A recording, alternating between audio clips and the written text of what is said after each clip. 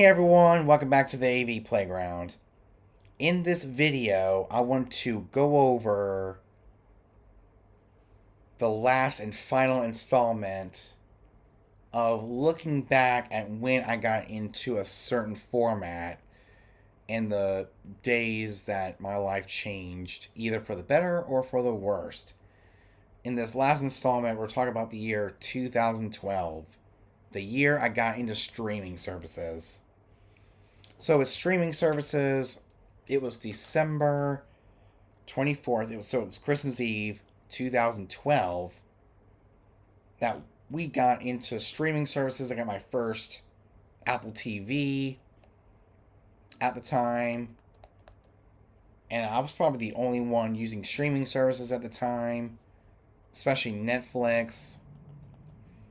But I guess with the Hopper from Dish, it allowed us to stream movies and TV shows right from the box. So we had our own little Netflix account, so we were able to connect Netflix in with the Hopper and go with and put streaming services around the house. This was in 2012. I got my first Apple TV. It's my first streaming device ever.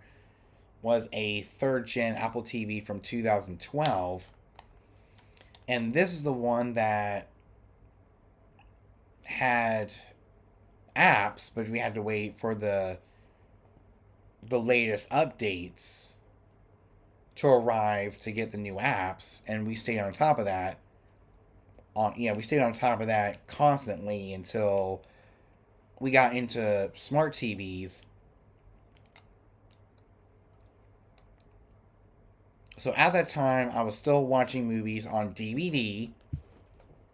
So I've been watching DVDs for a long time up until this point. And Christmas Eve, not even a day into owning this, profile on Netflix, someone hacked into it. And they were watching it. They were watching inappropriate content on a device we didn't even recognize. So we had to protect ourselves by either calling or blocking this person off of our Netflix account before things got worse.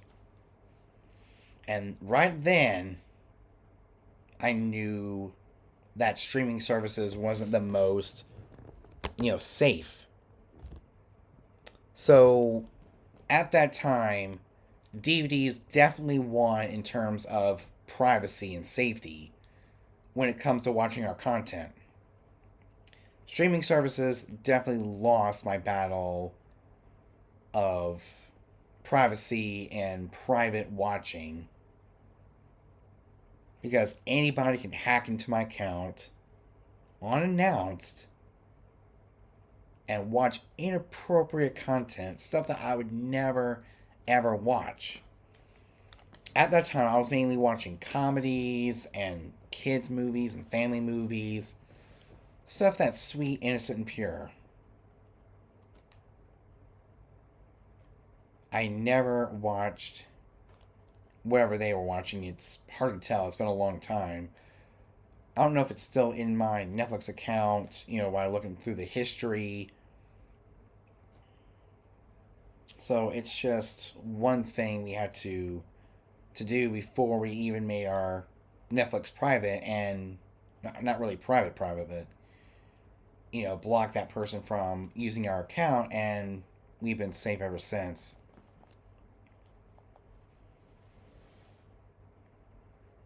It's kind of crazy. It's kind of weird what people do, or what is crazy with the things that crazy people do, like hacking to someone's account and watching inappropriate content, stuff that I would never watch in my life, especially at that time at age 18.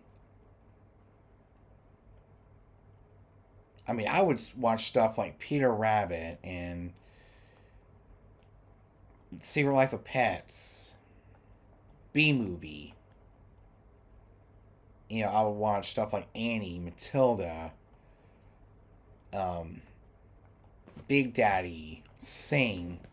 A lot of these movies weren't around at the time, like, 51st Dates. I don't know if that was still on there or not.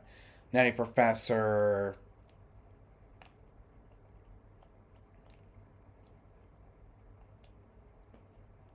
What else did I watch?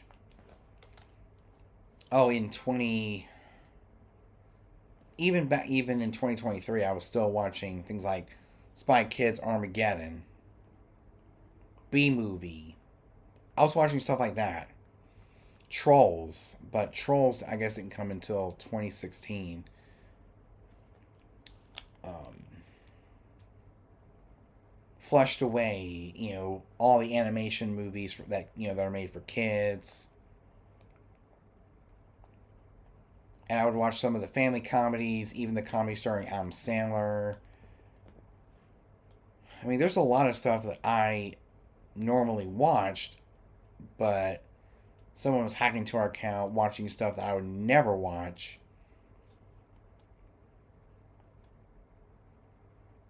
So we had to block that person from our Netflix, and they never did it again. And we've been growing our,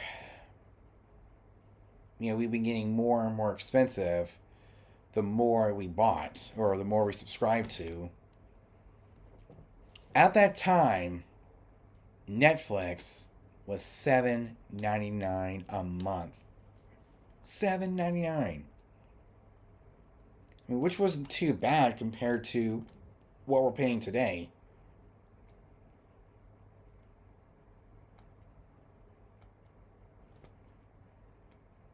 I mean, there's just a lot of movies I remember watching back in the day that were on Netflix that that I would normally watch, but when we got hacked that first night, someone was logging into our Netflix account and watching inappropriate content, stuff that I would never watch. I'm not going to go into detail because it might be too graphic, so we're just going to keep it just saying that someone hacked into the account and was watching inappropriate content. And as years progressed, we got more and more streaming services like Disney Plus, Peacock, Paramount Plus, and also Hulu. We had Hulu. So Hulu, Disney Plus, HBO Max, Peacock, Paramount Plus. Those were just some of the essentials that we needed to watch almost everything. But we even had Ultraviolet. We had all of our Ultraviolet collection. That was being grown over time until they shut down and moving all of the Disney movies and all of our digital purchases into Movies Anywhere. So we had different purchases to watch on top of our Netflix account and, kind of swapping back and forth. I think that was the first time I swapped back and forth was between Netflix and my iTunes slash digital purchases at that time. And now all of the Ultraviolet movies are completely gone. And a lot of the iTunes ones that had that iTunes logo on the Blu-ray case, I still have. And they got, mixed into the Movies Anywhere, or at least the ones that were available to watch with Movies Anywhere. And this is how I got into Amazon Prime and got into all these services because of my purchases being connected.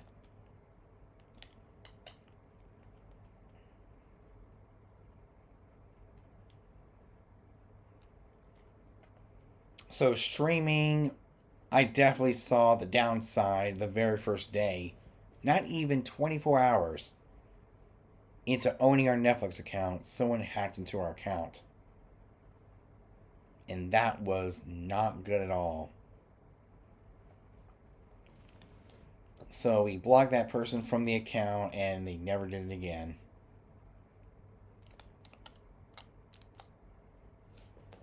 So streaming, we definitely saw the downside, and the more that would happen, the more it would push me closer and closer to my DVD collection at the time.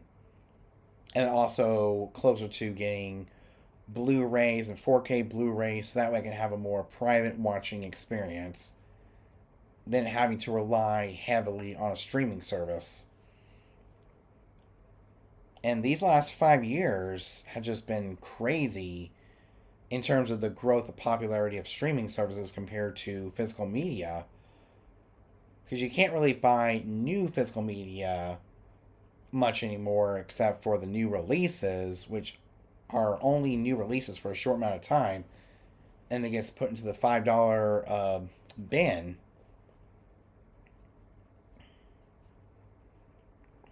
So I guess physical media is still alive and well, but who knows for how much longer, especially with the growth of streaming services because of the convenience and having almost everything accessible to us with a touch of a button. But as an 18-year-old in 2012, just getting to streaming services, I knew something wasn't right at all. So it pushed me closer and closer to my physical media and further away from streaming services. But I end up going back to streaming services, watching TV shows when I'm eating breakfast or lunch or dinner or whatever. But I really need to get back into watching movies on physical media.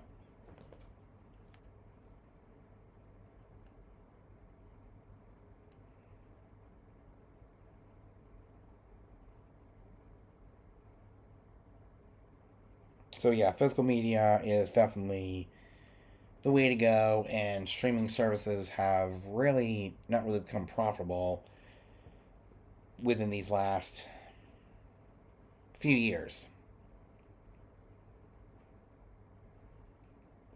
So with that said, hope you guys enjoyed this video. Make sure you like, comment, subscribe, hit the notification bell, and I'll see you guys in the next one. Peace.